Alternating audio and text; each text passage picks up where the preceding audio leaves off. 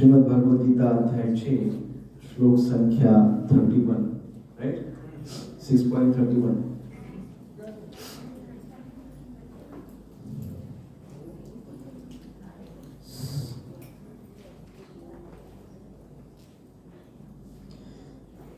सर्वभूतस्थितं यो मां भजति एकत्वम् आस्थितः सर्वथा वर्तमानोऽपि स योगी मयि वर्तते। अनुवाद और तात्पर्य श्रील प्रभुपाद जी के द्वारा। श्रील प्रभुपाद की जय। जो योगी मुझे परमात्मा को अभिन्न जानते हुए परमात्मा की भक्ति पूर्वक सेवा करता है वह हर प्रकार से मुझ में सदैव स्थित रहता है। तात्पर्य श्रील प्रभुपाद जी के द्वारा। श्रील प्रभुपाद की जय। जो योगी परमात्मा का ध्यान करता है वह अपने अंतःकरण में चतुर्भुज विष्णु का दर्शन श्री कृष्ण के पूर्ण रूप में शंख चक्र गदा तथा कमल पुष्प धारण किए करता है। योगी को यह जानना चाहिए कि विष्णु श्री कृष्ण से भिन्न नहीं है। परमात्मा रूप में श्री कृष्ण जन जन के हृदय में स्थित है। यही नहीं, असंख्य जीवों के हृदयों में स्थित असंख्य परमात्माओं में कोई अंतर नहीं है। न ही श्री कृष्ण की दिव्य प्रेमा भक्ति में निरंतर व्यस्त व्यक्ति तथा परमात्मा के ध्यान में निरत एक पूर्ण योगी के बीच में कोई अंतर है। कृष्ण भावनामृत में योगी सदैव श्री कृष्ण में ही स्थित रहता है। भले ही भौतिक जगत में वह विभिन्न कार्यों में व्यस्त क्यों न हो। इसकी पुष्टि श्री रूप गोस्वामी कृत भक्ति रसामृत सिंधु 1.2.187 में हुई है। निखिलास्वप्यवस्थासु जीव मुक्त स उच्यते। कृष्ण भावनामृत में रत रहने वाला भगवत भक्त स्वतः मुक्त हो जाता है। नारद पंचरात्र में इसकी पुष्टि इस प्रकार हुई है। दिक्कालाद्यनवच्चिन्ने कृष्णे चेतो विधाय च तन्मयो भवति क्षिप्रम जीवो ब्रह्मणि योजयेत्। देश काल से अतीत तथा सर्वव्यापी श्री कृष्ण के दिव्य रूप में ध्यान एकाग्र करने से मनुष्य श्री कृष्ण के चिंतन में तन्मय हो जाता है और तब उनके दिव्य सानिध्य की सुखी अवस्था को प्राप्त होता है। योगाभ्यास में समाधि की सर्वोच्च अवस्था कृष्ण भावनामृत में है। केवल इस ज्ञान से कि श्री कृष्ण प्रत्येक जन के हृदय में परमात्मा रूप में उपस्थित है योगी निर्दोष हो जाता है। वेदों से गोपाल तपानी उपनिषद 1.21 श्री भगवान की इस अचिंत्य शक्ति की पुष्टि इस प्रकार होती है। एको अपि संबहुधा यो अवभाति। यद्यपि श्री भगवान एक है किंतु वह जितने सारे हृदय उनमें उपस्थित रहते हैं। इसी प्रकार स्मृति शास्त्र का कथन है। एक एव परो विष्णु सर्वव्यापी न संशय ऐश्वर्याद रूपम एकम च सूर्यवत बहुधेयते। श्री विष्णु एक है फिर भी वे सर्वव्यापी हैं। एक रूप होते हुए भी वे अपनी अचिंत्य शक्ति से सर्वत्र उपस्थित रहते हैं। जिस प्रकार सूर्य एक ही समय अनेक स्थानों में दिखता है। श्लोक संख्या 32।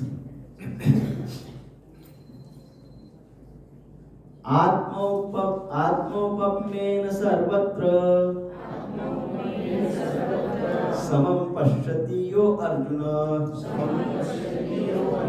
सुखं वा यदि वा दुःखं स योगी परमो मतः। अनुवाद और तात्पर्य श्रील प्रभुपाद जी के द्वारा। श्रील प्रभुपाद की जय। हे अर्जुन, वह पूर्ण योगी है जो अपनी तुलना से समस्त प्राणियों की उनके सुखों तथा दुखों में वास्तविक समानता का दर्शन करता है। कृष्ण भावना भावित व्यक्ति पूर्ण योगी होता है। वह अपने व्यक्तिगत अनुभव से प्रत्येक प्राणी के सुख तथा दुख से अवगत होता है। जीव के दुख का कारण ईश्वर से अपने संबंध का विस्मरण होना है। सुख का कारण श्री कृष्ण को मनुष्यों के समस्त कार्यों का परम भोक्ता, समस्त भूमि तथा लोगों का स्वामी एवं समस्त जीवों का परम हितैषी मित्र समझना है। पूर्ण योगी वह यह जानता है कि भौतिक प्रकृति के गुणों से प्रभावित बद्ध जीव श्री कृष्ण से अपने संबंधों को भूल जाने के कारण 3 प्रकार की भौतिक तापों को भोगता है। और चूंकि कृष्ण भावना भावित व्यक्ति सुखी होता है इसलिए वह कृष्ण ज्ञान को सर्वत्र वितरित कर देना चाहता है। जो कि पूर्ण योगी कृष्ण भावना भावित बनने के महत्व को घोषित करता चलता है, अतः वह विश्व का सर्वश्रेष्ठ उपकारी एवं श्री भगवान का प्रियतम सेवक है। न च तस्मान मनुष्येषु कश्चिन्मे प्रियकृतम, भगवद गीता 18.69। दूसरे शब्दों में भगवत भक्त सदैव जीवों के कल्याण को देखता है और इस तरह वह प्रत्येक प्राणी का सखा होता है। वह सर्वश्रेष्ठ योगी है क्योंकि वह स्वांत सुखाय सिद्धि नहीं चाहता, अपितु अन्यों के लिए भी चाहता है। वह अपने मित्र जीवों से द्वेष नहीं करता। यही है वह अंतर जो एक भगवत भक्त तथा आत्मोन्नति में ही रुचि रखने वाले योगी में होता है। जो योगी पूर्ण रूप से ध्यान धरने के लिए एकांत स्थान में चला जाता है, वह उतना पूर्ण नहीं होता जितना कि वह भक्त जो प्रत्येक व्यक्ति को कृष्ण भावना भावित बनाने का प्रयास करता रहता है। ओम अज्ञानतिमिरान्धस्य ज्ञानाञ्जनशलाकया चक्षुरुन्मिलितं येन तस्मै श्रीगुरुवे नमः। श्रीचैतन्य मनोभीष्टं स्थापितं येन भूतले स्वयं रूप कदा मह्यं ददाति स्वपदान्तिकं। वन्देऽहं श्रीगुरु श्रीयुतपदकमलं श्रीगुरुं वैष्णवांश्च श्रीरूपं साग्रजातं सहगणो रघुनाथान्वितं तं सजीवं साद्वैतं सावधूतं परिजनसहितं कृष्णचैतन्यदेवं श्रीराधा कृष्णपादान् सहगण ललिता श्रीविशाखान्वितं हे कृष्ण करुणा सिंधु दीनबन्धो जगत्पते गोपेश गोपिकान्त राधाकान्त नमोस्तुते। तप्तकाञ्चन गौराङ्गी श्रीराधे वृन्दावनेश्वरी वृषभानुसुते देवी प्रणमामि हरिप्रिये। वाञ्छाकल्पतरुभ्यश्च कृपा सिन्धुभ्येव च पतितानां पावनेभ्यो वैष्णवेभ्यो नमो नमः। जय श्री कृष्ण चैतन्य प्रभु नित्यानंद श्री अद्वैत गदाधर श्रीवासादि गौर भक्तवृंद। हरे कृष्णा कृष्णा कृष्णा हरे हरे, हरे राम राम राम हरे हरे, हरे कृष्णा कृष्णा कृष्णा हरे हरे, हरे राम राम राम हरे हरे, हरे कृष्णा कृष्णा कृष्णा हरे हरे, हरे राम राम राम हरे हरे। श्रील प्रभुपाद की जय।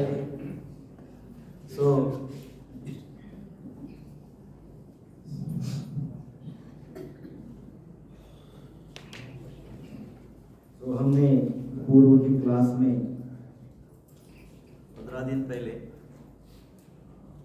कहा था, भगवान ने अर्जुन को क्या कहा था कि जो भक्त होता है वो भगवान को सर्वत्र देखता है। जो भक्त होता है भगवान को कहाँ कहाँ देखता है? सर्वत्र देखता है। ऐसा पूर्व में बात हुई थी, भगवान ने अर्जुन को कहा था। तो अब अर्जुन के मन में फिर जिज्ञासा हुई, सर्वत्र देखता है का एग्जैक्टली क्या अर्थ होता है?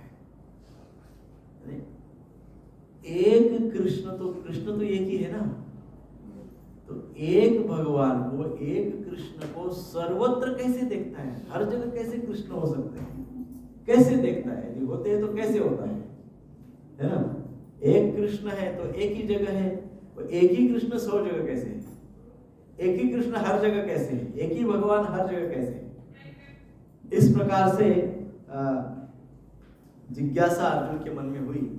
तो फिर भगवान तो अंतर्यामी है, तो भगवान ने उत्तर में इस श्लोक को एक्सप्लेन किया है। भगवान कहते हैं कि जो लोग भगवान को सर्वत्र देखते हैं वो भगवान को सर्वत्र देखते हुए भी एक ही समझते हैं।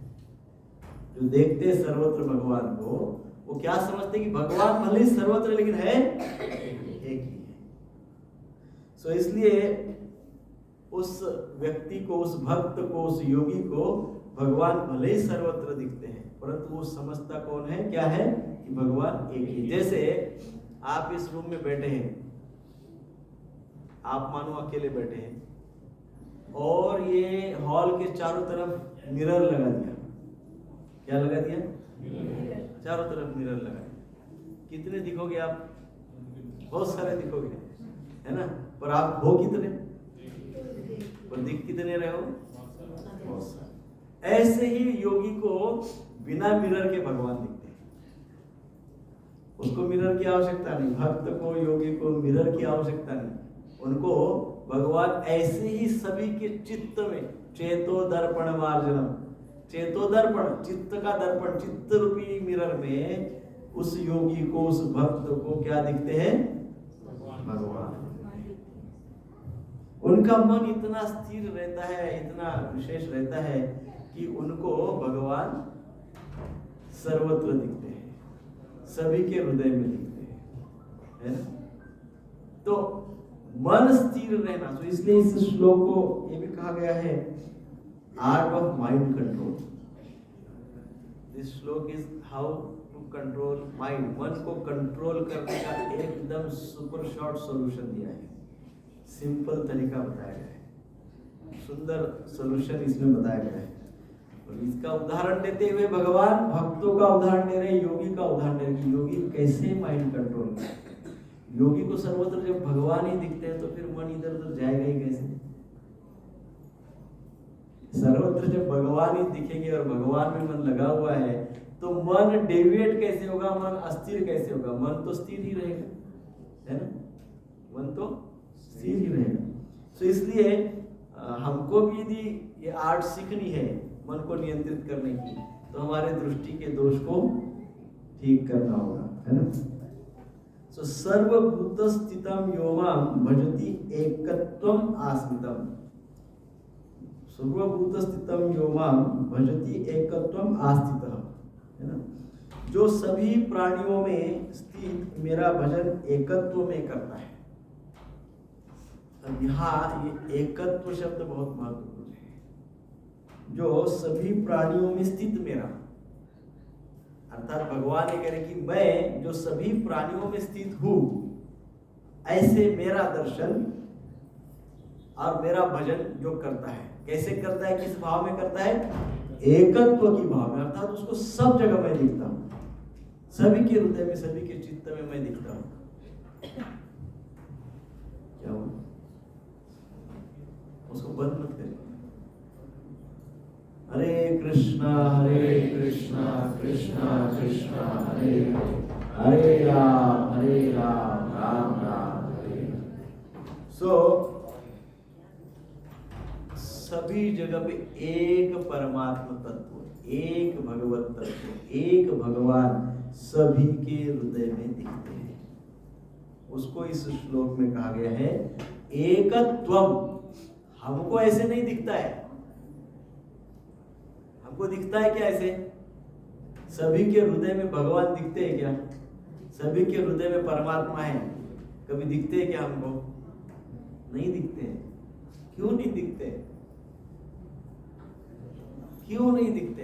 योगी को दिखते हैं, भक्त को दिखते हैं, हमको नहीं दिखते। क्यों नहीं दिखते? दृष्टि में दोष है। दृष्टि में दोष, पूर्व के श्लोक में हुआ है, दृष्टि के दोष दूर करना होगा। सो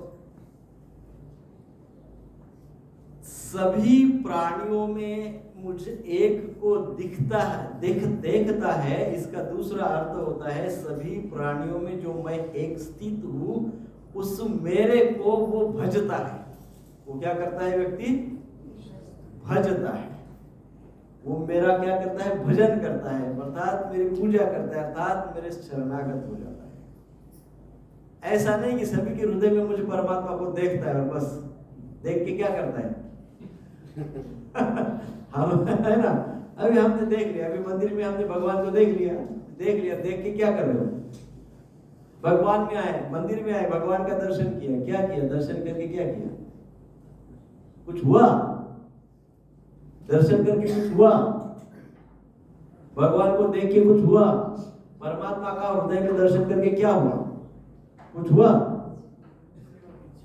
कुछ भी नहीं हुआ तो दर्शन भी नहीं हुआ। यदि हमारे अंदर कुछ भी परिवर्तन नहीं हुआ तो समझना चाहिए कि दर्शन भी नहीं हुआ। फिर हुआ क्या? धोखा हुआ, भ्रमित हुए। क्या हुए? भ्रमित हुए, धोखा हमको हो गया, क्योंकि हमारे अंदर इतने साल से दर्शन करने कोई परिवर्तन ही नहीं हो रहा है। कितना दर्शन करें, कोई फर्क ही नहीं पड़ता है। सो यदि हम ऐसे ही दर्शन करते रहे तो प्रभु ऐसा ये जीवन तो निकल ही जाएगा, ऐसे कई जीवन निकल जाएंगे, हमको पता ही नहीं चलेगा कि ये जो भगवान है मेरे हृदय में बैठे हुए। सो इस श्लोक में इसलिए कहा गया, प्रभुपाद जी तात्पर्य में क्या कहते हैं? प्रभुपाद जी तात्पर्य में कहते हैं परमात्मा स्वरूप में श्री कृष्ण जन जन के हृदय में स्थित है। परमात्मा स्वरूप में श्री कृष्ण जन जन के हृदय में स्थित है। यही नहीं, असंख्य जीवों के हृदय में स्थित असंख्य परमात्माओं में कोई अंतर नहीं। अब ये जो परमात्मा प्रत्येक के जीव में स्थित है, तो कभी कोई कहेगा भाई मेरे अंदर जो परमात्मा है वो थोड़े अलग टाइप के, आपके अंदर जो परमात्मा है अलग टाइप के, माता जी के अंदर जो परमात्मा है वो अलग टाइप के, प्रभु जी के परमात्मा अलग टाइप के, प्राणियों के अंदर परमात्मा अलग टाइप के, वनस्पति के अंदर भी जीवात्मा। सो क्या है? सब परमात्मा अलग टाइप के हैं। तो यहाँ पे प्रभुपाद जी क्या कहते हैं? असंख्य जीवों के हृदय में स्थित असंख्य परमात्माओं में कोई अंतर नहीं है। सारे जो परमात्मा तत्व है वो क्या है? एक ही है, कोई डिफरेंस नहीं है। सो इसलिए मैंने पूर्व में भी कहा था कि हम सब समान स्तर पे, कोई भेद नहीं है हम सब में, हम सब एक समान हैं। परंतु कौन से स्तर पे? आत्मा के स्तर पे, आध्यात्मिक स्तर पे हम सब समान हैं, देयर इज नो डिफरेंस। परंतु भौतिक स्तर पे कोई भी दो व्यक्ति समान नहीं है।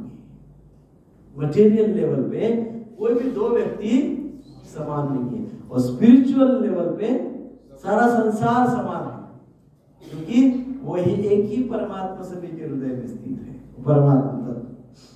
सो प्रभुपाद जी कहते हैं कि ऐसे असंख्य परमात्माओं में कोई भेद नहीं है। सो एकत्व ये शब्द इस श्लोक में विशेषकर कहा गया है। सो एकत्व का अर्थ कि एक भगवान, एक परमात्मा, वो सभी जगह एक परमात्मा को देखता है, उसी भगवत तत्व को देखता है जो अनेक परमात्मा के रूप में उपस्थित है ना? क्या देखता है? हजारों परमात्मा, करोड़ों परमात्मा है, परंतु वो सब कैसे हैं? There is no difference। मेरे अंदर जो परमात्मा है वो आपके अंदर है, आपके अंदर जो सारे संसार के अंदर, सभी के अंदर सब एक ही तत्व है। सो इसलिए जो भक्त होता है वो प्रत्येक के हृदय में परमात्मा का दर्शन करता है। वो ये सोचता नहीं कि अमुक ऐसा है, तमुक वैसा है, ये तो बहुत धनी है, ये तो बड़ा हीरो है, ये तो बड़ा ऐसा है, ये तो बड़ा वैसा है। वो ऐसा वैसा कुछ नहीं सोचता है। वो क्या सोचता है? इसके अंदर साक्षात परमात्मा, वो ये सोचता है। तो जब व्यक्ति ऐसा सोचता है तो निश्चित तौर पे वो दूसरे व्यक्ति की ईर्ष्या करेगा क्या? कैसा करेगा? परमात्मा की कोई ईर्ष्या करेगा? और करेगा भी तो हार जाएगा। परमात्मा के साथ कंपटीशन करेगा तो जीतेगा क्या? नहीं जीतेगा। तो इसलिए वह व्यक्ति सभी का प्रेमी होता है, जो भक्त होता है सबसे प्रेम करता है ना?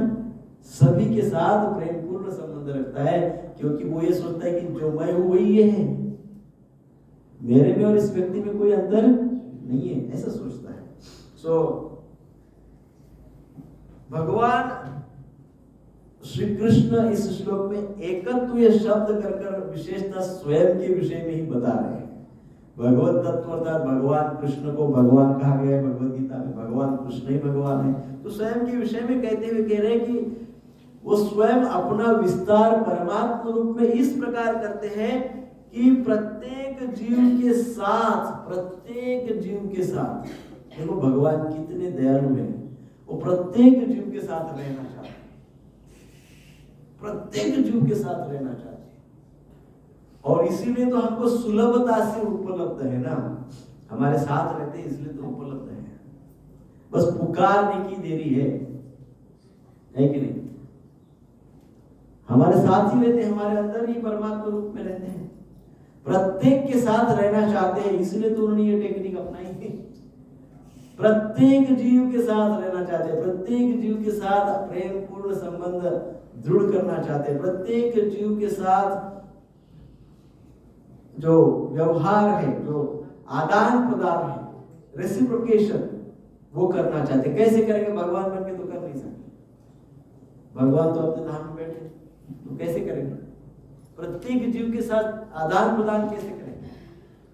तो वो भाव को समझना और उस भाव के साथ रेसिप्रोकेट करना, प्रतिसाद देना, इसके लिए वो परमात्मा बन के हृदय में आ गए, है ना?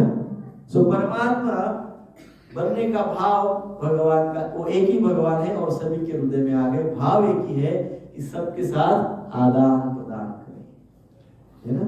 तो आदान प्रदान करते वक्त हमको भगवान को क्या देना होगा? हम कुछ देंगे, फिर भगवान हमको रिटर्न में कुछ देंगे, हम कुछ देंगे, फिर भगवान हमको कुछ देंगे। हमको क्या देना है? क्या कहा है? भावग्राही जनार्दन। क्या कहा है? भावग्राही जनार्दन। भगवान को कुछ चाहिए ही नहीं, उनके पास असंख्य लक्ष्मियां उनकी सेवा में लगी हुई है। लक्ष्मी सहस्त्र शत संभ्रम सेव्यमान गोविंदमादि पुरुषम तमहम भजामि, है ना? उनको क्या चाहिए? कुछ नहीं चाहिए, कुछ भी नहीं चाहिए एब्सोल्युटली, बट उनको केवल भाव चाहिए, आपके हृदय का भावग्राही जनार्दन। भाव को ग्रहण करते हैं तब संतुष्ट हो जाएंगे। उनको यदि किसी चीज की भूख लगी है तो है हमारे हृदय में, अंतःकरण में जो भाव है उसकी। सो प्रभुपाद जी ने तात्पर्य में उदाहरण भी दिया है कि कैसे सूर्य वो एक ही है, भगवान एक ही है, लेकिन सब जगह सारे सभी के हृदय में परमात्मा के रूप में है। तात्पर्य में एक उदाहरण दिया है सूर्य का। कैसे सूर्य का? जैसे पहले कहा मिरर में आप अनेक एक ही हो लेकिन अनेक रिफ्लेक्शंस मिल जाते हैं। वैसे सूर्य है, सूर्य 12 बजे यदि आप देखोगे माध्याह्न काल में, तो सूर्य हमारे ऊपर माथे पे दिखता है ना? सूर्य देव कहाँ दिखते हैं? हमारे माथे के ऊपर दिखते हैं। आप दिल्ली में भी जाओ, दिल्ली में किसी को फोन करके पूछो कहाँ है सूर्य, तो बोलेगा वो हमारे माथे पे है। इधर मद्रास चेन्नई साइड साउथ में जाओ, सूर्य कहाँ? बोले अरे मेरे माथे पे है। अरे इधर कहीं भी जाओ आप, हजारों किलोमीटर तक जाएंगे तो वो सूर्य सबको अपने माथे पे ही दिखते हैं। सबके माथे पे कैसे है सूर्य? सूर्य तो एक ही है। तो जैसे सूर्य सभी को प्रकाशित करते हैं लेकिन है एक ही, सब जगह उपस्थित है परंतु है एक ही, उसी प्रकार से भगवान है एक ही परंतु परमात्मा रूप में सब जगह अपने आप को प्रकट करते हैं। सबके साथ रहते हैं, परमात्मा रूप में रहते हैं, सबके साथ आदान प्रदान करते हैं। और इसीलिए भक्त जो होते हैं ना, संपूर्ण जगत को भक्त क्या करते हैं? परमात्ममय, विष्णुमय, भगवतमय देखते हैं। संपूर्ण जगत कैसा है? भगवतमय। संपूर्ण जगत कैसा है? परमात्मा का स्वरूप है, क्योंकि सब जगह परमात्मा है। तो भक्त ये सोचता है कि जो संपूर्ण जगत ही जो है ना, ये क्रिएशन, ये संपूर्ण क्रिएशन ही क्या है? परमात्मा। संपूर्ण जगत को यदि व्यक्ति परमात्मा स्वरूप, भगवत स्वरूप समझेगा तो उसके अंदर एक्सप्लॉइट करने का भाव नहीं आएगा,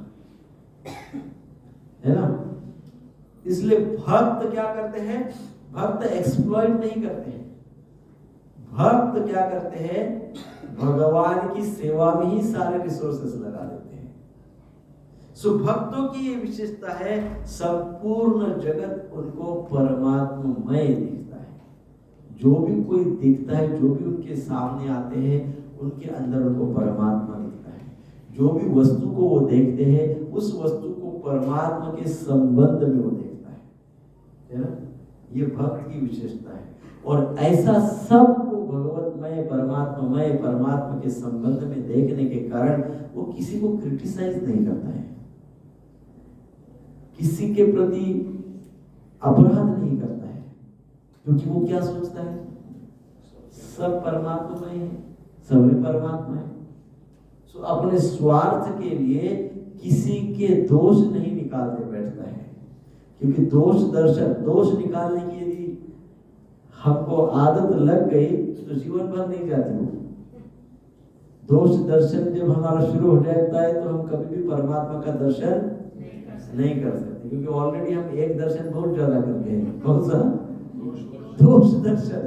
यहाँ क्या कहा गया है? यहाँ कहा गया है उस भक्त को सर्व जगत परमात्मामय दिखता है, परंतु यदि भक्ति नहीं करेगा तो उस व्यक्ति को संपूर्ण जगत दोषमय दिखता है। दो विजन है, दो दृष्टि है। एक प्रकार की दृष्टि को संपूर्ण जगत कैसा दिखता है? परमात्मामय दिखता है। दूसरी दृष्टि को संपूर्ण जगत दोषमय, हर चीज में दोष मिलेगा उसको। क्रिटिक टिपिकल, सब जगह सब वस्तु विषय व्यक्ति सब में दोष दोष दोष दोष। तो ऐसे दोष दर्शन वाले व्यक्ति को कभी परमात्मा का दर्शन नहीं हो सकता है। तो दूसरी पंक्ति में कहा गया है सर्वथा वर्तमानो अपि संयोगी मयि वर्तते, वह प्रत्येक स्थिति में मेरे अंदर ही रहते हैं। तो भगवान कह रहे योगी जो होते हैं, भक्त होते हैं, वो नित्य मेरे अंदर ही रहते हैं। कहाँ रहते हैं सब लोग? भगवान कहते मेरे अंदर ही रहते हैं। कौन से लोग? योगी हो, भक्त हो, वो कहाँ रहते हैं? भगवान के अंदर ही रहते हैं। तो क्या फिर जो भक्त नहीं है, योगी नहीं, वो भगवान के अंदर नहीं रहते? वो भी रहते हैं। फिर योगी में और बाकी जनरल लोगों में क्या फर्क है? भगवान के अंदर, योगी के अंदर भगवान होते हैं और बाकी जनरल के अंदर भगवान होते हैं। योगी और भक्त देख सकता है उन भगवान को जो उनके अंदर है, लेकिन क्योंकि भगवान के अंदर तो हम सभी हैं, उन्हीं से प्रकट हुए तो उन्हीं के अंदर। हाँ, तो यहाँ पे स्पेशली कहा गया है कि योगी और भक्त वो मेरे अंदर रहते हैं। ऐसे इस श्लोक में स्पेशली उनके लिए कहा गया है।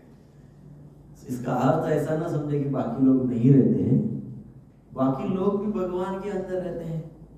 जब मैया यशोदा ने भगवान कृष्ण के मुख में संपूर्ण ब्रह्मांड का दर्शन किया, तो उनको तो सभी दिख गए। उसमें थोड़ी ना उनको केवल योगी दिख रहे थे, ऐसा नहीं हुआ ना, वो तो सब दिख गए। तो सब भगवान में रहते हैं, परंतु जो भगवान में जो योगी गण रहते हैं उनके अंदर भी भगवान रहते हैं। अब आप समझ गए? जो योगी और भक्त होते हैं ना, वो भगवान के अंदर रहते हैं, परंतु उनके अंदर भी भगवान रहते हैं। तो क्या बाकी लोगों के अंदर भगवान नहीं रहते? बाकी लोगों के अंदर भी परमात्मा, भी कहा परमात्मा सबके अंदर है, तो बाकी लोगों के अंदर भी परमात्मा रहते हैं, योगियों के अंदर भी परमात्मा। योगी लोग भी भगवान में रहते हैं, बाकी लोग भी भगवान में रहते हैं। बरोबर? यहां तक करेक्ट? भगवान ही कह रहे, मैं नहीं कह रहा हूं। तो अंदर वो भगवान के रहते हैं, परंतु योगी के और भक्तों के व्यतिरिक्त जो लोग होते हैं ना, उनके हृदय में भगवान का महात्म्य नहीं रहता है, उनके हृदय में संसार का महात्म्य रहता है। रहते भगवान के अंदर, उनके अंदर भी परमात्मा है, उनके अंदर भी भगवान है, वो भी भगवान के अंदर है, परंतु प्रॉब्लम है कॉन्शियसनेस का। वो भगवान भले उनके अंदर होने दो, लेकिन उनको इंपॉर्टेंस, महात्म्य किसका है? प्रायोरिटीज कौन सी है? संसार। योगियों की प्रायोरिटी कौन सी है? That is the difference. वो अंतर है। भक्तों की प्रायोरिटी क्या है? भगवान। अभक्तों की प्रायोरिटी क्या है? संसार, है ना? सो ये जो अहंता और ममता है, अहमता और ममता के कारण ये बाकी के जो लोग होते हैं, ये सारे लोग सारे संसार को धारण करते हैं। उनको संसार के प्रति इतना कभी कभी कुछ मिल जाता है तो अहंकार हो जाता है, कभी कभी किसी विषय वस्तु के प्रति ममत्व का भाव आ जाता है। तो अहमता और ममता के कारण ये लोग क्या करते हैं, पूरे संसार को धारण कर लेते हैं, है ना, पूरे संसार को धारण कर लेते हैं। That is the big problem. हमें बहुत सारी डिजायर्स उत्पन्न होती है ना, बहुत सारी इच्छाएं कामनाएं होती है। फिजिकल डिजायर्स अतोनात है। Physical desires they want to have sense gratification. उनको इंद्रिय भोग में बहुत तूफान इच्छाएं होती है। इंद्रिय भोग शुरुआत खाने से होती है, भिन्न भिन्न प्रकार का स्वादिष्ट रुचिकर खाना में कितना भी खाओ, हजारों नहीं, कई वर्षों से हम वही चीजें खाते आ रहे, फिर भी उसके प्रति हमको वो 4-6 दिन न मिलने दो। कोई लोग चाय कौन पीता है इसमें, 2-4 दिन चाय मत पियो, सर दर्द करेगा आपको। कुछ लोग जो है जो चाय पीते हैं उनके लिए बोलो, कुछ भी किसी चीज को हम खा रहे, 15 दिन आप बड़ा समोसा मत खाओ, 16वें दिन तो ऐसा लगता है कि हमारा एक अंग टूट गया है ना। ये क्या है, ये फिजिकल इमोशंस है, ये फिजिकल इमोशंस है। इंद्रिय भोग करना, भिन्न भिन्न प्रकार की इंद्रिय भोग करते रहना, खाने में, सोने में, विचरण में, रिलेशनशिप में, ये सारे भोग, ये सारे फिजिकल इमोशंस है। फिजिकल इमोशंस वाला व्यक्ति जीवन के सारे अनुभव अपने शरीर से लेना चाहता है। क्या करना चाहता है? सारे जीवन के सारे अनुभव वो केवल शरीर के द्वारा ही समझता है, ओनली बाय बॉडी। शरीर के ही द्वारा सारे अनुभवों को इंटरप्रेट करता है। शरीर को यदि कोई अनुभव नहीं आया तो होता है बस इतना ही जगत है, खत्म, उसके आगे कुछ है ही नहीं। सो संपूर्ण जीवन की व्याख्या, संपूर्ण जीवन की अनुभूति, संपूर्ण जीवन के अनुभव केवल और केवल वो अपने शरीर के रिलेशन में ही करना चाहता है। और ऐसे सारे जो बातें हैं, वो सारे अनुभव हैं, वो एक प्रकार की इमोशंस बन जाती है उसकी, और उसको कहते हैं फिजिकल इमोशंस। अब हम क्या देख पाएंगे बताओ? मेरे अंदर भगवान है और मैं भगवान के अंदर हूं। हम भगवान में हैं, भगवान हमारे में है, कैसे पता चलेगा? पूरी तरह से फिजिकल इमोशंस से जकड़े हुए है कि नहीं? बरोबर है कि नहीं? खाने में स्वाद नहीं आया तो खाना छोड़ दे, सुनने में आनंद नहीं आया तो सुनना बंद कर दे। तो हमको शरीर के द्वारा अनुभव चाहिए ना, शरीर से अच्छा अनुभव चाहिए हमको। शरीर से अच्छा अनुभव नहीं आएगा, जीवा के द्वारा हरिनाम जप करके सुनना है। परंतु यदि हमारे अंदर दूसरे सिनेमा के और इसके उसके संस्कार, प्रतिकूल संस्कार कोई होंगे तो हमारे शरीर को सुनने का इच्छा नहीं होता है। फिर क्या करते हैं? हरिनाम जप सब आध्यात्मिक क्रियाकलाप छोड़ देते हैं। क्यों छोड़ देते हैं?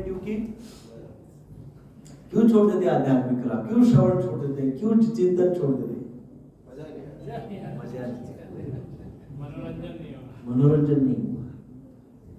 मजा मनोरंजन शरीर से अनुभव नहीं हो रहा है, शरीर को अनुभव नहीं हो रहा है, तो क्या कर देता है? वो छोड़ देता है। तो भले ही वो कृष्ण के अंदर, वो भगवान के अंदर है, भगवान उसके अंदर है, परंतु उसके हृदय में जो इंपॉर्टेंस, प्रायोरिटीज है, वो कौन सी है? Material enjoyment. क्या फायदा? भगवान ने भगवत गीता में इतनी बड़ी बात कही है, देखो कितनी बड़ी बात है ये। भगवान बोल रहे भाई मैं आपके अंदर हूं, आप मेरे अंदर है, हमारा अटूट रिश्ता है। वेरी डीप रिलेशनशिप है हमारे, इससे बड़ा किसी का कोई रिलेशन ही नहीं है, इतना सुंदर रिलेशन है। और भगवान ये भी वो बोल रहे हैं, लेकिन ये रिलेशन तो एंजॉय वो योगी करते हैं, भक्त करते हैं, बाकी क्या करते हैं? बाकी की जो डिजायर्स है, physical desires, then comes emotional desires. जब फिजिकल डिजायर्स अतोनात हो जाती है, बहुत सारा जीवन फिजिकल डिजायर में जाता है, शरीर से ही अनुभव करते हैं, शरीर से अनुभव, इतने सारे डिजायर्स हो जाती है। तो फिर इमोशनल डिजायर्स भी, मेंटल डिजायर बोलते हैं उसको, इमोशनल डिजायर्स, वो भी क्या हो जाती है? वो भी अनगिनत हो जाती है, बहुत सारी हो जाती है। फिर हम एक्सपेक्ट करते हैं हमारा एप्रिसिएशन हो, हमारा मान सम्मान हो, है ना, हमारा रिलेशनशिप में हमको सक्सेसफुल रिलेशनशिप मिले, सारे रिलेशनशिप हमारे ऐसे हो कि जिसमें हमारा ही सम्मान हो, हमारा ही डोमिनेंस हो, एप्रिसिएशन, रिलेशन, इस प्रकार से हम फिर वो उस स्तर पे आ जाते हैं। फिर हमारे अंदर जो संस्कार हुए पूर्व के, वो संस्कार भी हमको कई टू द एक्सटेंट हमको दौड़ाते हैं, पूर्व के संस्कार हमको दौड़ाते हैं। हमारी अपेक्षाएं जो होती है कौन सी? एप्रिसिएशन रिलेटेड, मान सम्मान, इसके रिलेटेड अहंकार, इसके संबंध में जो हमारी डिजायर्स होती है वो बड़ी तीव्र होने लगती है। फिर नेक्स्ट लेवल, फिर हम वो इमोशनल लेवल पे जीवन यापन करते हैं। कहीं पे भी जाएंगे, हमारा मान सम्मान होगा तो वहां जाएंगे, नहीं तो नहीं जाएंगे। कोई हमको गेट पे आए, कोई हमको हरे कृष्ण नहीं बोलेगा तो हम भी नहीं बोलेंगे। ये इमोशन है, ये इमोशन है। फिर बोले अरे वो तो हरे कृष्ण भी नहीं बोलते हमको। इमोशंस, मेंटल इमोशंस, है ना, मेंटल स्तर पे emotions, desires, mental desires, emotional desires. और इसमें पूर्व कर्म होते हैं, हमारे संस्कार होते हैं, हमारा स्वभाव होता है, ये सब इमोशनल डिजायर्स। वो इमोशनल डिजायर हो गए तो क्या हम समझेंगे मैं परमात्मा मेरे अंदर है, मैं परमात्मा में समझेंगे? मैं तो कहूंगा मैं ही हूं। ईगो है ना, पूर्व संचित संस्कार जो हमारे ऊपर, पूर्व जन्म की जो कंडीशनिंग है, mental conditioning, that is kind of emotional desire, mental conditioning. Mental conditioning के बहुत सारे कारण होते हैं। एक कारण ये भी कि पूर्व कर्म, संचित कर्म, पूर्व जन्म के कर्म जो संचित चलते आ रहे हैं, वो एक कारण है, और बहुत सारे कारण हो सकते हैं। That is mental conditioning. मैंने अपने मन के ऊपर कुछ कंडीशंस डाल के रखी है ना, मेरे से सुबह उठ के जब होता नहीं, ये क्या हो गई? मेंटल कंडीशन, वो मैंने डाल के रखी है। मैं भगवान का सुबह नाम नहीं ले सकता, मैंने डाल दिया बस। अरे क्या, क्यों नहीं होता है?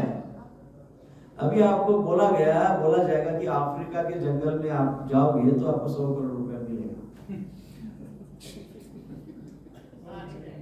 कितनी तीव्रता से, तत्परता से जाएंगे, कितनी तीव्रता और तत्परता से। कहाँ जाओगे? अफ्रीका के जंगल में। और सुबह उठ के पहले जब करो बोले तो नहीं। माइंड को कंडीशन करके रखा हुआ है, हमने अपने मन के ऊपर कंडीशंस डाल के रखी हुई है, और वो मेंटल कंडीशनिंग अर्थात इमोशनल डिजायर। और यदि इमोशनल डिजायर है, पहले तो फिजिकल डिजायर बहुत सारी होगी, फिजिकल डिजायर इतनी सारी हो गई कि वो इम्बैलेंस हो गया, और वो फिर इतनी इम्बैलेंस हो गई तो फिर इमोशनल डिजायर भी इम्बैलेंस हो जाएगी, क्योंकि फिजिकल डिजायर का प्रेशर मेंटल डिजायर सस्टेन नहीं कर पाएगी, वो भी इम्बैलेंस हो जाएगा। बट व्यक्ति करते जाएगा, physical desires, emotional desires, physical desires, emotional desire, करते जाओ 20 साल, 30 साल, 40 साल, 50 साल, 60 साल, 70 साल, 70वें साल में फिर व्यक्ति की इंटेलेक्चुअल डिजायर एक्टिव होती है।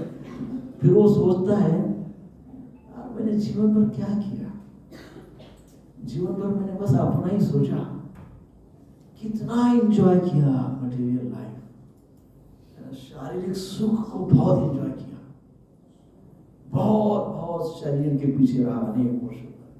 फिर सोचता है फिर मैंने बहुत मेंटल कंडीशनिंग देखा, मन की जो इच्छाएं है, मन ने जैसा जैसा दौड़ा है वो भी बहुत दौड़ा, बहुत दौड़ा। ये सब करने के पश्चात अब समझ में आ रहा है ये दोनों चीजों से कुछ लाभ नहीं हुआ ना, कुछ बेनिफिट नहीं हुआ। कब समझ में आया? रिटायरमेंट के 10-12 साल बाद तब समझ में आया कुछ नहीं मिला मुझे। ये जो भी कुछ मैंने किया ना, अल्टीमेट ये कुछ मुझे सुख देने वाला नहीं था। फिर उसके इंटेलेक्चुअल इमोशंस एक्टिवेट होना शुरू होते, बौद्धिक स्तर पे तुम्हारी इंटेलेक्चुअल इमोशंस, वो सोचता है नहीं अब ये सब नहीं है, ये बहुत हो गया। फिर वो थोड़ा दूसरों का सोचता है, फिर वो समाज सेवा का सोचता है, फिर बोलता है मेरा दूसरे को भी तो मेरा कुछ उपयोग होना चाहिए, समाज के लिए, देश के लिए, गरीबों के लिए, नीडी पर्सन्स के लिए, दुखी लोगों के लिए कुछ कार्य करना शुरू करता है। कब करता है? जब ये दोनों desires, physical desires, emotional desires जब एग्जॉस्ट हो जाती है, तब वो क्या करता है? इंटेलेक्चुअल डिजायर्स उसकी एक्टिव होती है, तब वो क्या करता है? हाँ? समाज सेवा का सोचता है। हाँ? क्या सोचता है? समाज सेवा प्लान करता है, किसके काम में आऊं, कैसे मैं समाज सेवा करूं, कैसे सबके लिए कुछ कर सकता हूं, इतने तक ही का सोचता है। परंतु वो भी कंप्लीट नहीं है, क्योंकि समाज अर्थात संसार, संसार अर्थात दुखालयम अशाश्वत है ना। Then the last one desire, that is transcendental desire. Last desire क्या है? आध्यात्मिक डिजायर, इच्छा। पहले शारीरिक भोग की इच्छा, दूसरी है मानसिक भोग की इच्छा, तीसरी है बौद्धिक स्तर की इच्छा, और चौथी है आध्यात्मिक इच्छा। कौन सी? आध्यात्मिक इच्छा। जब व्यक्ति ट्रांसेंडेंटल डिजायर, आध्यात्मिक इच्छा के स्तर पे जब आता है, तब वो सोचते हैं, अपने आप को रोकता है, क्या चल रहा है, What is going on man? इतना साल बिता दिया, क्या कर रहा है? वो सोचता है अपने जीवन के बारे में, अपने स्वयं के विषय में सोचते सोचता है कि मैं कहां से आया हूं, हाँ, मैं कहां से आया हूं, ये सब क्या हो रहा है मेरे साथ, हाँ, मेरे आसपास ये सारा सजीव सृष्टि, क्रिएशन, प्रकृति है क्या ये सब, मेरा इसके साथ क्या संबंध है? Who is the creator? किसने ये सब बनाया है? हाँ? मैं कौन हूँ? Who am I? Who is the creator? Where am I? मैं कहाँ पे आया हूँ? What समय क्या है? काल क्या है? मेरे ऊपर काल का प्रभाव क्यों हो रहा है? 15 साल पहले कैसा दिखता था, आज कैसा दिख रहा हो? काल का प्रभाव हो रहा है, हाँ? क्यों हो रहा है? ऐसा सोच, ये डिजायर जानने की जागरूक होती है। Why? क्यों मैं ऐसा आया? और वो डिजायर फिर उसको ये परमात्म तत्व, भगवत तत्व से जोड़ देती है ना। जब तक व्यक्ति, अभी हमारे आज के युग में देखा जाए, वर्तमान परिस्थिति में, जब तक व्यक्ति भौतिकता में, फिजिकल लेवल पे ये मानसिक स्तर पे, बहुत शारीरिक स्तर पे एग्जॉस्ट नहीं होता है, तब तक व्यक्ति आध्यात्मिक स्तर पे आता ही नहीं है। और कोई यदि आता है मान लो, तो उसके ऊपर कृपा है, उसके सत्कर्म है, गुरु कृपा है, पूर्व के कोई निश्चित सत्कर्म है, तो उस व्यक्ति को ये सारा जो हो रहा है थोड़ा फास्ट हो रहा है। उसका फिजिकल डिजायर भी होके खत्म हो गया, इमोशनल भी आगे चला गया, इंटेलेक्चुअल भी हो गया, भी वो समाज सेवा भी करके देख लिया, अब बोला हरि नाम में रुचि है। अब बोलता है शास्त्र ही आधार है, शास्त्र ही जीवन है, चिंतन करने लगता है, चिंतन करने लगता है। संसार में दो टाइप से लोग जीवन जीते हैं ना, एक चिंता के आधार पे और चिंतन के आधार पे। There are two dimensions of life. कुछ लोग हैं जो चिंता ही करते रहते हैं जीवन में। क्या करते रहते हैं? चिंता दूर रहते हैं, चिंता ही करते रहते हैं। कुछ लोग हैं जो चिंतन ही करते रहते हैं। अब चिंतन भी करते तो किसका चिंतन करते हैं? इस संसार में सबसे बेस्ट, सर्वोत्तम, सर्वोत्कृष्ट ऐसी कौन सी बात है जिसका चिंतन करना चाहिए? What is the best thing जिसका हम चिंतन कर सकते हैं? क्या है? नाम रूप गुण लीला, भगवान का नाम, भगवान के गुण, भगवान का रूप, भगवान की लीला है। संसार में इससे बढ़िया चिंतन करने जैसा दूसरा कुछ भी नहीं, कुछ भी नहीं।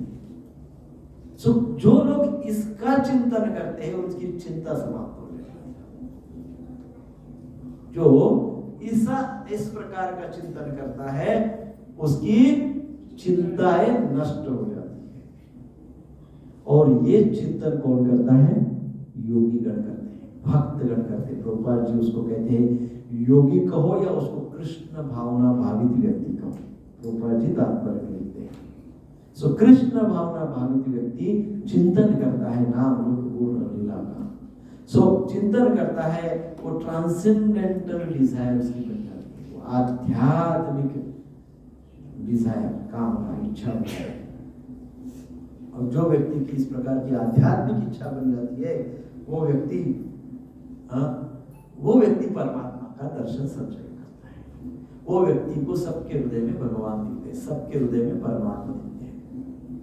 और यदि ऐसे व्यक्ति को यदि ऐसे व्यक्ति हमारे संपर्क में है तो बिना किसी झिझक के उनसे इंस्ट्रक्शंस लेनी चाहिए, उनको पूछना चाहिए। जो भगवद गीता में कहा गया है क्या? तद्विधि प्रणिपातेन परिप्रश्नेन सेवया प्रदक्षिणन्ति ते ज्ञानम ज्ञानिनस् तत्त्वदर्शिनः। जो तत्वदर्शी अर्थात तत्व का जो दर्शन कर रहा है, जो परमात्मा का, भगवत तत्व का दर्शन कर रहा है, जो इस श्लोक में बोला है, तो वैसे व्यक्ति को क्या करना चाहिए? उनसे उपदेश देना चाहिए। तो फिर धीरे धीरे हमको भी सबके हृदय में परमात्मा का दर्शन होने लगेगा। नहीं तो आज मुझे पूर्ण विश्वास है आज की सभा में जितने भी लोग बैठे हैं इसमें से एक भी ऐसा नहीं होगा जिसको ये बात पता नहीं होगी कि उसके हृदय में परमात्मा है। सबको पता है, सबको पता है ये बात। कौन सी? सबको पता है। कब से पता है? जब से समझ में आया होगा, कभी एक आध कथा कहीं सुनी होगी, बचपन से ही समझो। प्रभु जी आपने बताया ये तो मैंने कम से कम पता नहीं मैं कितने कौन से नंबर का आदमी होगा ये बताने वाला, इसके पहले कितने लोगों ने बताया होगा ये भाई का उतना ध्यान नहीं दिया, अब भी ध्यान। सो पॉइंट यही है, ध्यान देने वाली बात है। फोकस किस बात को फोकस करें? सिंपल बात यही है, प्रायोरिटी। भगवान कह रहे हैं भक्त मेरे अंदर है और मैं भक्त के अंदर हूं, तो अभक्त के भी तो अंदर भगवान है, अभक्त भी तो भगवान के अंदर है, परंतु अभक्त की प्रायोरिटी संसार है। अभक्त कभी भगवान पे ध्यान नहीं देता, ध्यान ही नहीं देता। कभी कभी जन्माष्टमी के दिन भगवान याद आ जाती है, 1.5-2 लाख लोग आ जाते हैं दर्शन करने के लिए। रामनवमी, जन्माष्टमी, दशहरा, दीपावली, लाखों लोग आते हैं मंदिर में, लाखों लोग आते हैं, हाँ? मिलते, दर्शन करते, अच्छे से करके अच्छा प्रसाद वगैरह लेके चले जाते, ध्यान नहीं देते। वो ध्यान देना नहीं हो गया, वो तो एक प्रकार का डर है। जन्माष्टमी हो गया, मैं मंदिर में नहीं गया, पाप लग जाएगा। रामनवमी पे मंदिर नहीं गया, पाप लग जाएगा। दीपावली दशहरे पे दर्शन नहीं किया, पाप लग जाएगा। वो तो भय है, भय में प्रेम कहाँ होता है? भगवान को तो प्रेम चाहिए, भगवान भाव ग्राही जनार्दन, प्रेम भाव चाहिए भगवान को, तो भगवान को भय नहीं चाहिए, है ना। भगवान राक्षस थोड़ी उनसे भय करना है, भगवान तो भगवान है ना। सो इस प्रकार से प्रभुपाद जी तात्पर्य में क्या कहते हैं? हाँ, तो जगत को जगत समझ के जो बर्ताव करते हैं ना, वो योगी और भक्त नहीं होते हैं। जगत को वासुदेव स्वरूप समझ के बर्ताव करते हैं ना, वो भक्त और योगी और सक्सेसफुल। जगत को जगत समझ के आप व्यवहार करोगे तो सक्सेसफुल नहीं होगे। जगत को वासुदेव स्वरूप समझ के व्यवहार करोगे तो सक्सेसफुल होगे।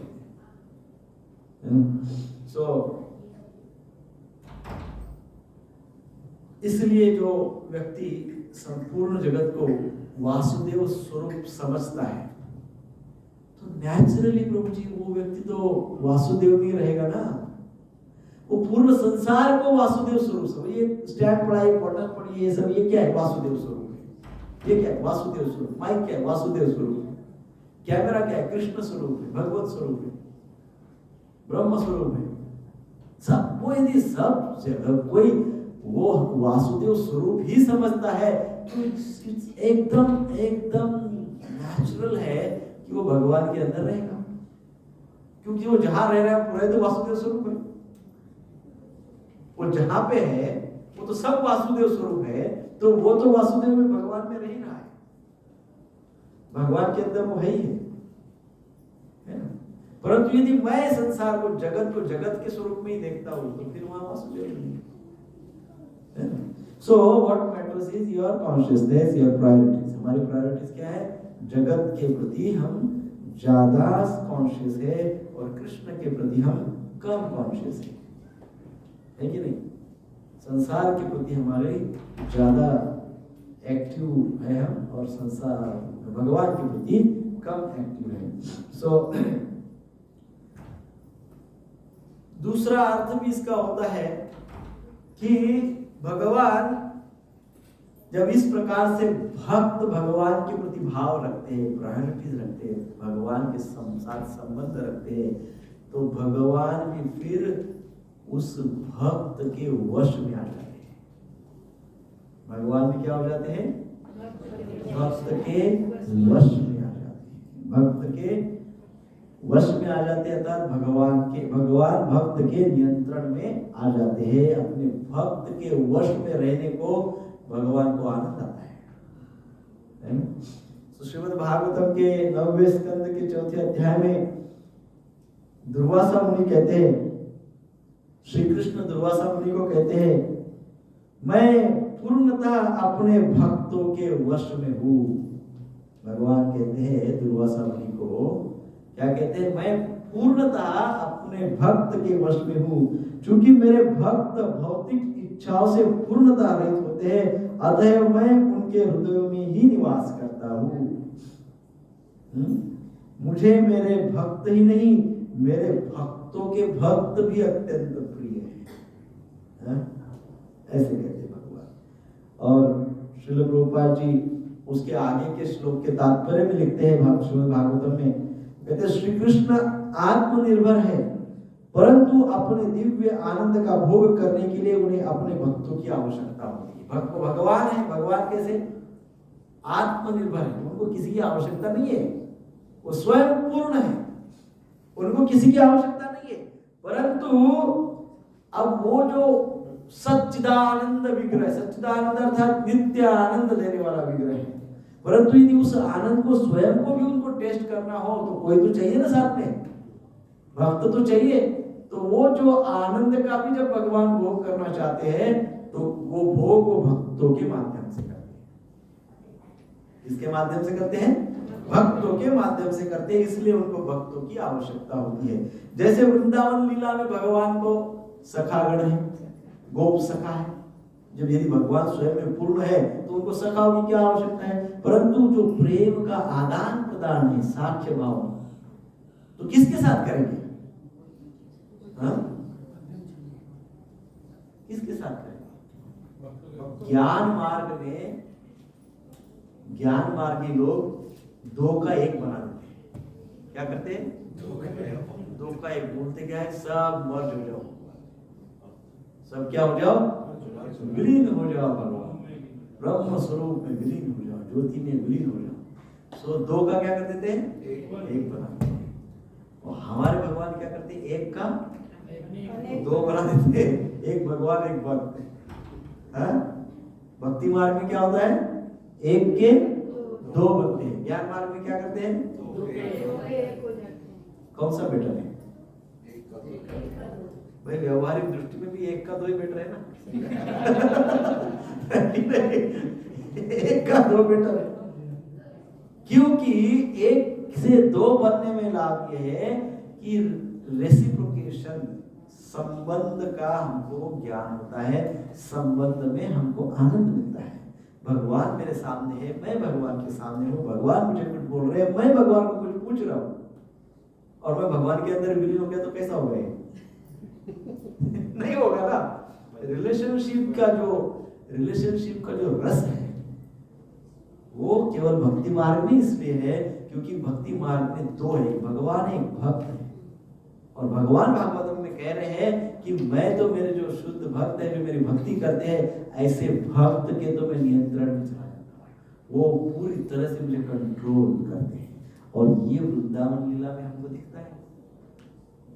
गोपिया कृष्ण को कहती थी, हे लाला, हे कृष्ण, एक लड्डू दूंगी, नाच के दिखा।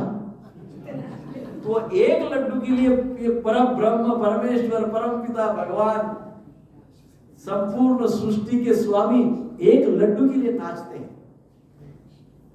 तो वो लड्डू खाने में भी कृष्ण को कितना आनंद आता होगा, और कृष्ण को नाचते हुए देखने में भी गोपियों को कितना आनंद आता होगा। और गोपिया कृष्ण में मर्ज हो गई तो क्या आनंद आएगा? कोई आनंद नहीं आएगा।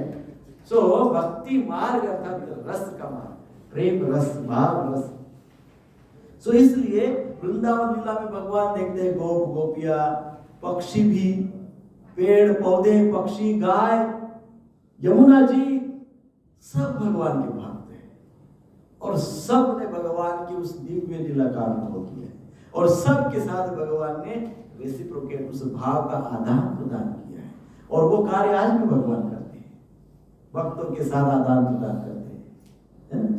सो हम ये बात इस श्लोक से विशेषकर हमको समझ में आती है कि हम भगवान में रहते हैं, भगवान हम में रहते हैं, परंतु हमारे अंदर संसार की प्रधानता है, संसार मटेरियलिस्टिक बातों की प्रधानता है। हमारे अंदर ये जो डिजायर्स है, कौन सी desires? Physical desire, emotional desire, intellectual desire, transcendental desire. Transcendental desire तो कृष्ण से कनेक्ट कर देते, परंतु बाकी उस ट्रांसेंडेंटल डिजायर तक आने के लिए हमको बहुत तपस्या करनी होती है। परंतु प्रभुपाद जी ने हमको बहुत आसान शब्दों में सब समझाया है ना। मान लो पूरा भागवतम, पूरी भगवद गीता केवल संस्कृत में होती है। आज हम आप बैठते हैं, सब में संस्कृत पे लेक्चर दे रहा होता तो आप बैठते नहीं देर नहीं बैठते। और हम भी संस्कृत को इतना अच्छे से इंटरप्रेट नहीं कर पाते थे। प्रभुपाद जी उसका बहुत अच्छे से ट्रांसलेशन, इजी टू अंडरस्टैंड नहीं करते। तो ये प्रभुपाद जी की गुरु परंपरा की, वैष्णव भक्तों की इतनी बड़ी कृपा है कि उन्होंने अपने अनुभव उसको उसमें हमारी शिक्षा के लिए डाले हैं। और भगवान की जो शब्द है उसको एज इट इज ट्रांसलेट किया है, तो उसकी शक्ति है। सो हमको इस श्लोक से यही समझ में आता है कि हमको क्या करना है, ट्रांसेंडेंटल डिजायर, आध्यात्मिक इच्छाओं को बढ़ाना है ना, आध्यात्मिक इच्छाओं को और कल्टीवेट करना है। सो essence of the shloka is भगवान श्री कृष्ण अर्जुन को क्या कहना चाहते हैं? भगवान श्री कृष्ण अर्जुन को कहना चाहते हैं, जो भक्त मेरा भजन करता है, जो भक्त मेरे भजन करते हैं, वो भक्त मेरे हृदय में रहते हैं, है ना? क्या बोलते हैं? जो भक्त मेरा भजन करते हैं, मेरा नाम लेते हैं, वो मेरे हृदय में रहते हैं। हे अर्जुन, तुम भी मेरे हृदय में हो। क्या? हे अर्जुन, तुम भी मेरे हृदय में हो, अतः युद्ध करो, मेरी आज्ञा का पालन करो। भगवान मेरे हृदय में और मैं भगवान के हृदय में, कब पता चलेगा? जब भगवान की आज्ञा का पालन करेंगे। तो भगवान कृष्ण अर्जुन को कहते हैं कि तुम भी मेरे हृदय में हो, जैसे बाकी के योगीगण मेरे हृदय में है, वैसे तुम भी मेरे हृदय में हो। इसलिए हे अर्जुन, मेरी आज्ञा का पालन करो, युद्ध करो। हरे कृष्ण कृष्ण कृष्ण हरे हरे, हरे राम राम राम हरे हरे। श्रील प्रभुपाद की जय।